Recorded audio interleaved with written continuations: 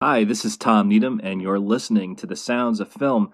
And I am so excited to have on the phone with me one of my favorites, Robbie Dupree. Now, you probably know Robbie from his smash hits Steal Away and Hot Rod Hearts.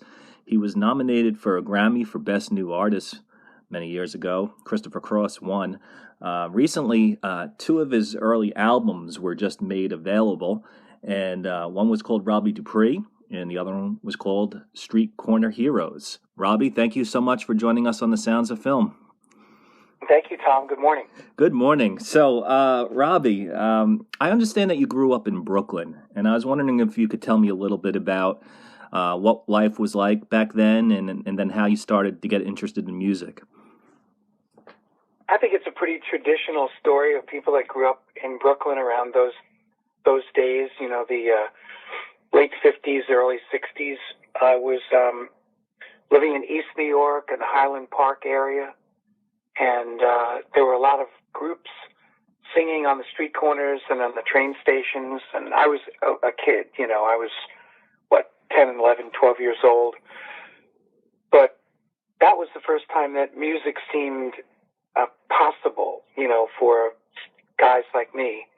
I didn't have any training or anything, but I sure enjoyed listening to them and seeing the attention they got, you know, and so as a kid, you're drawn to that.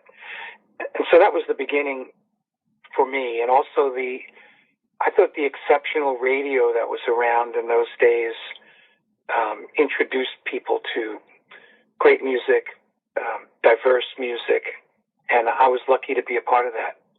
So who were you listening to back then? Well, in the beginning, I was into all of the typical Murray the K and Alan Freed and all of those top 40 shows. But a little bit later, in my teenage years, I started to get involved with a guy whose name was Douglas Henderson, and they called him Jocko. And he had a incredible radio show out of New Jersey on a station called WADO. And most of the day and night, it was a Latino station, but his show, which was a couple of hours in the night, was R&B and soul and blues, and he was very hip guy. Wow, that's interesting. So, at what age did you start playing an instrument? I guess I was about 14 when I bought a guitar, and you know, I had a little newspaper route, and I used to have a shoe shine box up at the train station on Crescent Street in Brooklyn. Oh, wow. And you know, with money I made on those two adventures that I was on, I bought a little guitar, acoustic guitar, and took a couple of lessons and worked with a guy who was the same age as me, but he was much more advanced in music. And the two of us played together for years. And that's how I really got introduced to the thought. I never imagined that I would be a professional. I just was interested in it. You know, I wasn't really an athlete or anything, so music was a great diversion for me. And that's how I began. You know, I'm involved with the Long Island Music Hall of Fame, and we honor artists from Long Island, but that also includes Queens and Brooklyn. And so many great artists have come, especially from Brooklyn. Do you have any sense, having grown up there, why that is the case? You know, I have no idea why. I mean, it's a big city. You know, Brooklyn is huge. I guess it's sheer numbers. But I think also we heard a great group of people playing diverse music. You know, in my neighborhood, there was always Puerto Rican music, and there was soul music, and there was a cappella music and pop music. And I think we were exposed, you know, where if you grew up in Omaha or certain, you know what I mean, certain places that weren't like that, I think music was more restricted. So I think it was a great education. I can only speak personally because I really was not involved with a lot of artists from Brooklyn. Now, eventually, I moved. Yeah, I was going to say you went to Woodstock eventually, right? Eventually, but I moved via, you know, from Brooklyn to Manhattan. Okay. in Manhattan, I got an opportunity to be in my first really good band when I was about 19, and it was a band with the now famous Nile Rodgers. Right. And we had a band called New World Rising, and that was when I really got the taste for what it might be like to do this as a business, as a life, you know. And that was a really great opportunity for me. Of course, we were all unknowns, and we were all just scrambling. If I remember right, we had met on an audition that some kid who was a drummer who had a lot of money put an ad in the Village Voice for a band, and I met Nile and his cousin at that. And we didn't like the drummer and we didn't like the audition, but we liked each other and decided that we would try to do something, and we did. That's amazing that you were in a band with Nile. What was he like back then? And did you have any sense of what he was going to turn into later on in life? No, not at all. I mean, Nile was a very poor kid from the Bronx, and I mean, real abject poverty, you know, and I don't know, we were all just coming from urban areas, putting together this mixed race band in a time when it wasn't really popular to do that, and it was hard for us to find work, and yet it was great. You know, it was a great opportunity, but none of us looked at each other as becoming famous or getting hit records. We were just in it to play the music. He, of course, went on to eventually become one of the geniuses of funk music and soul, and became a major producer, working with artists in all different genres. Did you have any? Did you have any sense at all of what kind of talents he had back then? Well, I was specifically drawn to. He was a rhythm guitar player and still is, and his rhythm playing was incredible. And it really, I think, it separated our band from the other bands that I heard on the little local scene that we were in. And he was. No, I could say that I was struck by his talent. He was more advanced than I. But again, we're talking about a kid from the Bronx. When I went to his house, you know, he had cardboard taped up in his windows. Wow. And two different color socks. You know, you couldn't imagine him producing David Bowie and Mick Jagger and Diana Ross and Madonna. No, I don't. I think I'd be fooling you to tell you that. So how did that band end? Well, that ended like all those kind of bands, and the opportunities dried up. As I said, it was kind of hard to break in and to get work as a mixed race band, and that presented a lot of difficulties in the '60s. And we had a few gigs that were solid and not judgmental, like a little place that was downstairs. It was a social club right next to what's now the Bowery Ballroom on Delancey Street, and we played there a lot. And we played in a joint in Harlem a lot. But it was hard. People wanted top 40. We were playing R&B and blues, so we were just kind of out of sync. And when that happened, eventually everybody got disenchanted with the difficulty, and everybody went their own separate ways. That's when I left. Shortly thereafter, I moved to upstate New York, Woodstock, to be in another rich musical community, which was a good move at that time. We're speaking to Robbie Dupree. You're listening to The Sounds of Film. So I understand that when you went to Woodstock, it was very different than it is today. What was that climate like back then?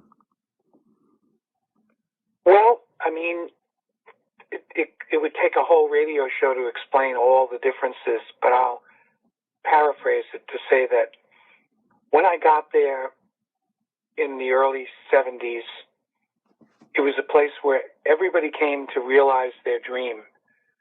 And today it's a place where you've had to already realize your dream to come here. Mm. And so that's a big difference. And, then Van Morrison was here, Paul Butterfield Blues Band, Todd Rundgren, the band, Jackie DeShannon. Wow. Just so many, iconic people were here that the wake of their journey had brought all these great musicians to Woodstock. And so it was a place where you could come and work with world-class musicians if you just got a gig. If you had a show, you could reach people. They weren't always busy, and it was a different time, and it wasn't all about the money. You're probably a lot younger than me, but I remember seeing shows at the Fillmore East for $6. Right. With Joni Mitchell, B.B. King, and Taj Mahal, $6. Wow. So people made very little money, and it was much more about the music. And I think that was a really wonderful time to be here. Now, I want to hear about your eventually going out west and getting your record contract and all that. But was there ever any point at all where you were thinking of just doing the normal 9-to-5 job and, giving up the music career when you were in your 20s? No, I don't think so. I looked at music as an escape from that. My destiny was a different one. My father was an auto mechanic and worked in a gas station, and I don't really know what my life would have been, but it probably would have been very, very different had I stayed there. And I looked at music as a way to avoid that sort of a life, which I didn't have interest in. And I always thought that even if I just made enough to get by, it would be better to be doing what I loved. So I guess I thought about one specific time about giving it up, and actually I did. That ties in with California and all of that stuff. I don't know how you want to. Yeah. Well, let me just ask you, I'm sure you have people come up to you all the time and ask for advice. What do you do when a young musician comes up to you and says, should I pursue it? It's always been my dream. Or should I give it up? Well, I think a lot of that has to do with how, if I get an opportunity to really find out if they're good enough, I have to make a qualitative judgment about that, which I don't really like to do because I don't want to discourage anybody. Sure. But if somebody really has talent, my main advice to them is to make sure that whatever you create that you own, and in the long run, that will be your equity, that'll be your legacy. Don't give it up,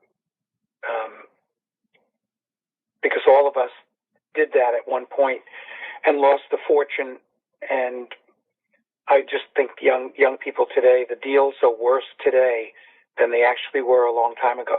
Now, they make you sign a thing called a 360 deal, meaning, all encompassing. And they even take money if you sell hats or shirts or, you know what I mean? It's just crazy.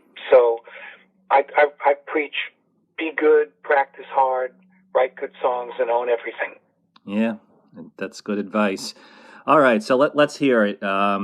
You achieved major success, but it was an interesting story, and it happened a little bit later in life than's typical for people in the music industry. What happened? Well, I spent a number of years in Woodstock really honing my talents, I guess, as a writer, a singer, and a player, by leading a whole series of bands and playing hundreds of shows locally.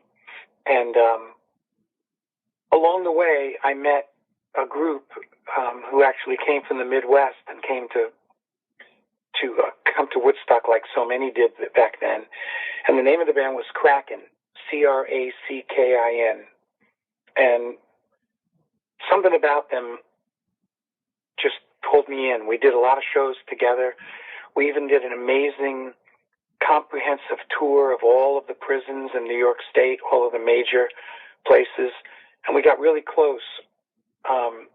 They moved to California, and for the next few years, I stayed behind and continued to work on things. Got a record deal with my band, but there were problems creatively and otherwise in the band, and I decided not to sign on to a long contract with a band that I was having difficulty with. So I left them with a deal on Mercury Records, and with $40 in my pocket, I caught a ride from some bartender I knew to California, and I tracked down the guys in Kraken who were in LA and asked them if they would consider working with me on a demo project. Long story short, it took 2 years for me to raise money and get it all together, and we did record 5 songs. Among them was Steal Away. Wow. And we could not get a deal no matter what we did. And so that was the reckoning for me. I realized that I had made the music I really wanted to make with the people I wanted to make it with, and it didn't work out, and I probably had to go back to New York, and I did. And a friend of mine in New York worked in a warehouse in Long Island, which was called Tri-State Floor. Huh. And I worked there loading trucks Wow. for a few months. And then I was staying at his house in Bayside, and one night, very late, the phone rang, and it was my drummer's brother who had played the cassette for a guy from Elektra Records in a social environment, not a business environment. And the guy was moved by it and said, call him up and tell him to come to California, and I'll give him a record deal. Oh, wow. So after all of the 1,000 gigs and press kits and showcases and everything, it all wound up happening just sitting around in the living room playing a cassette for a guy, and among other cassettes. It wasn't like a pitch. I had nothing to do with this guy, except he was my drummer's brother. And that's how it started. That's amazing. Unpredictable. Here I am loading big wheels of carpet on a truck in Long Island, and that happened. Wow. So you get this record deal, and Steal Away just becomes a monster hit. Tell me about how that song changed your life. Well, it's impossible to say anything except it was, from obscurity and day-to-day, mouth-to-mouth, hand-to-mouth living, all of a sudden,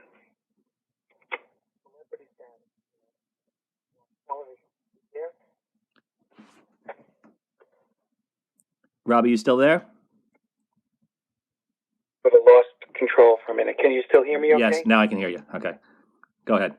So anyway, from being broke and having nothing going on, all of a sudden, you're on the Dick Clark show, that you watched growing up as a kid, and American Bandstand, and all of the Midnight Special and Don Kirshner's rock concert and all this. So how can you even explain the meteoric rise except to say that my life changed in every way, well, financially, career, everything.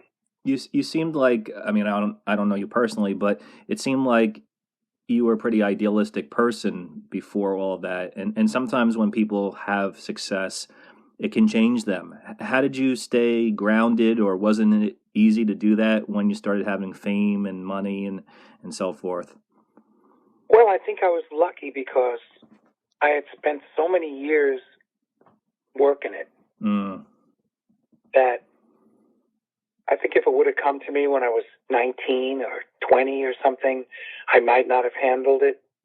But I was a grown man. I was like 31 I think I was 31 or 32 when it happened. Yeah. So for me, I had a lot of things to do with my success. I had parents who were living still in Brooklyn, and and a young sister who was growing up in that neighborhood and environment, and so it was an opportunity to help them, and they eventually came to Woodstock, and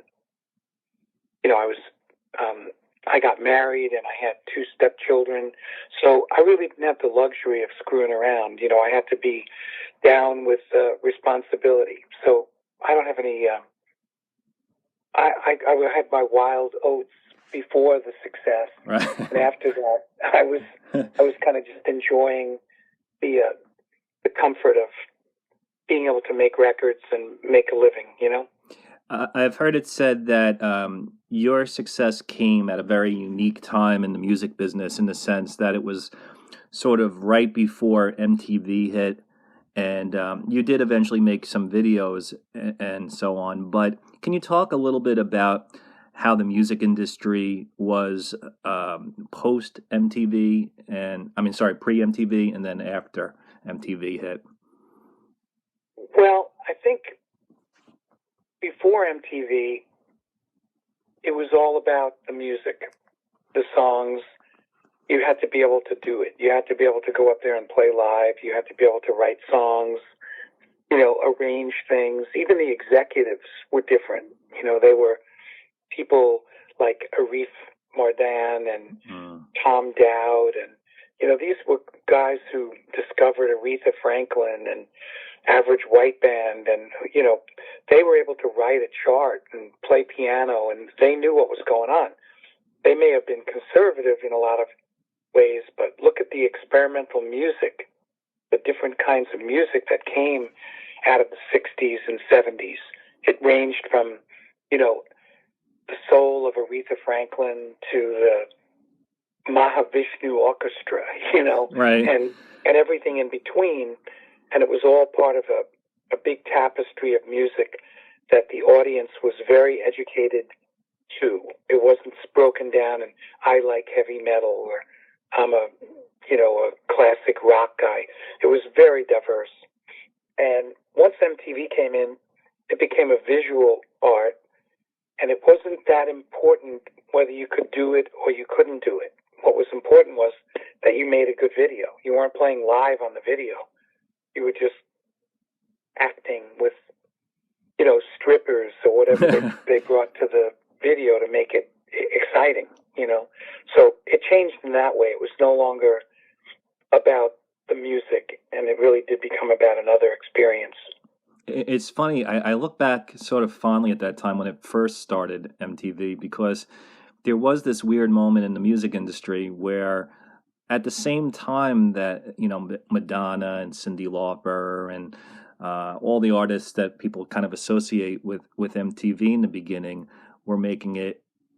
Like, I remember still, like, Kenny Rogers and Lionel Richie were having hits, and Paul Simon, and it was this weird time where things like from the past and the present were kind of overlapping for a brief while, and then eventually it just seemed like like a Kenny Rogers could never have a hit on popular radio anymore. Like it ended at a certain point, but for a while, when they were doing like We Are the World and stuff like that, like everybody seemed to coexist for a while. Well, music is about young people, and pop music anyway is about young people and what they choose to like. And we as artists have to be just grateful for having our opportunity when we have it. That kind of fame is a rental, except in very rare cases, Stevie Wonder, Paul McCartney. But I mean, by and large, if you're lucky enough to get your shot, it exists for a certain period of time, and then the next thing comes along. And I was never resentful of any of that. I saw that time changing and the music changing. I think my regret is that things didn't get better. And usually that's the hope, that music progresses and becomes more communicative and more exciting and deals with deeper issues, And I think that was my lament about the video period, was that it really did get to be like a fashion parade, and it took a lot of the substance out of music. Well, yeah. And when you mentioned those artists, Kenny Rogers, Lionel Richie, there were, I mean, even James Taylor and Bonnie Raitt and everybody. No, you know, there's a period where you just can't get on the radio anymore, and you fool yourself if you think you can. So I don't mind the change. And now we've seen this I've seen this very interesting renaissance of the late 70s and early 80s music, which young people, college-age people today have now called yacht rock. Yeah, I want to talk to you about that. What is yacht rock exactly? Well, I always say it's a walk down memory lane, skipping all the bad neighborhoods. It's music of Christopher Cross, Ambrosia, Jackson Browne, Michael McDonald, the Doobie Brothers, Kenny Loggins. You get the feel for what it is. You know, It's not really the name yacht rock. It sort of replaces the name soft rock, I guess. You know. Sure. But we didn't name it. It's just that it happened. And Jimmy Fallon was a big fan of it, and he was a proponent, and I did his TV show with the Roots, and so did Ambrosia, and so did Stephen Bishop, and so did Christopher Cross, and so when I play, I have two careers going. I have my current stuff, which I do, and then I have shows that I'm hired by this group called the Yacht Rock Review, and it features guests like the people I just named. Yeah. And we play to like 2,000-3,000 people. They just sold 5,000 for Atlanta.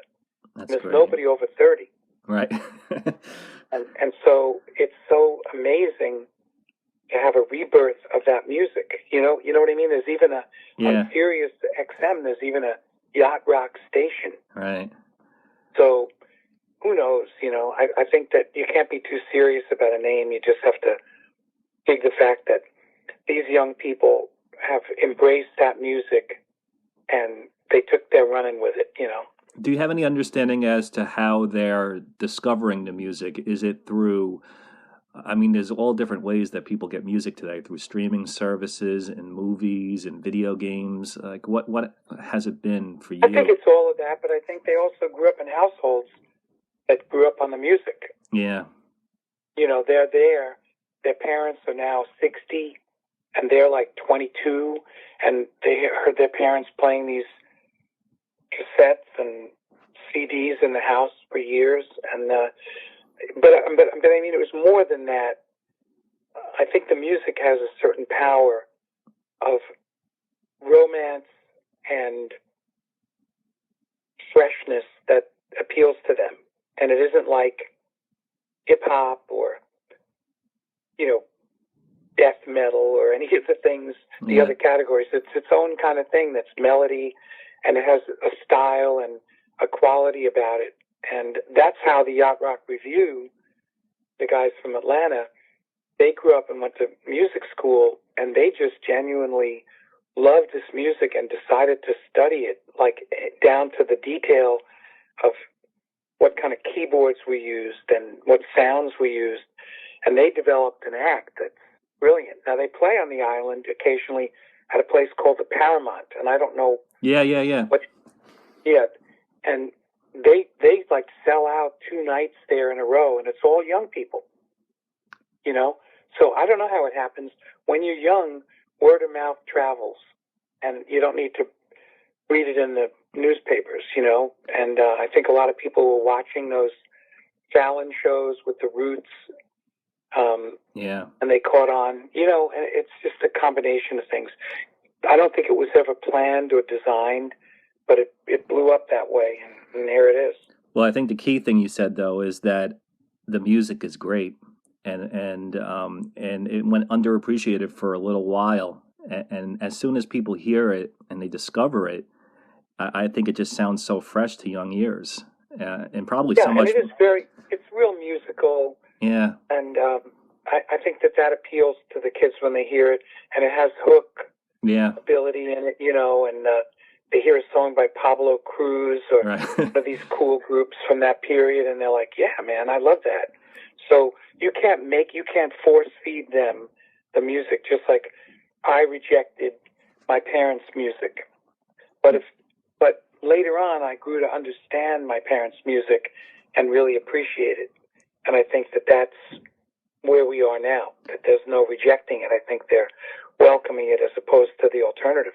Yeah, I was just reading an article the other day about Toto's Africa, and Yeah. and how it's just this monster hit now. They play it in clubs, and I was like, really? But in the article, they really kind of broke it down in great detail, like the structure of the song and all the kind of things that you were describing. And I've tried to do that to some extent with some of your music and Hall & Oates and stuff like that, and it's really music that I think deserves serious attention and study. So, well, I know we don't have a lot more time. One of the things I admired about you is just your attitude and your career. You just kept at it, and you keep on putting out great music. And we're going to be playing a ton of your music tonight on the Sounds of Film. And that's great. Yeah. So, and I hope we can maybe even speak again in the future. What has been the key to your long career in terms of being able to keep on going out on the road and so forth? Well, I've been graced to have some hits that keep giving royalty income to me, which makes my life a lot easier. I was one of the lucky ones. A lot of people that I know that are easily as talented as me, if not more so, never got the break, and they're up on a roof putting shingles on today, Yeah. with all respect to that. I mean, but I've been lucky. I would say that. I would say that mostly it's just been that and an opportunity to have a worldwide fan base. When I wasn't happening here, I had a very good run in Japan and in France. And so there's always been, part of it is having a business acumen, part of it is being lucky, and part of it is having nothing to fall back on. I'm not educated, and I never really trained at anything else. So what else would I do? This is what I do. Well, I'm glad that you do it. We've been speaking to Robbie Dupree. His first 2 albums have just been made available. Robbie, do you have a website that people can go to learn about your releases and your tour? Let me pitch a couple of things. Sure. The website is simple. It's just RobbieDupree.com, and it's broken down into tour dates and the shop and all of that stuff. It's interesting, I think, page. And also, I don't know if you knew, but starting sometime in April or May, I put out a new single called Ordinary Day. Yes, I don't know if you have it. Yeah. But if you're so that's going on, and I think fans can always reach out to me. I'm on Facebook, and I have a public page and a fan page. Twitter, Robbie Dupree 1, and yeah. I'm just really lucky to be doing this, and thankful that you talk to me on the radio and keep the story going. So you can call me anytime.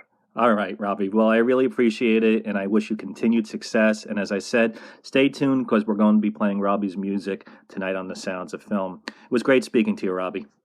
You too, Tommy. You take care of yourself. All right, take it easy. Bye-bye. Bye-bye.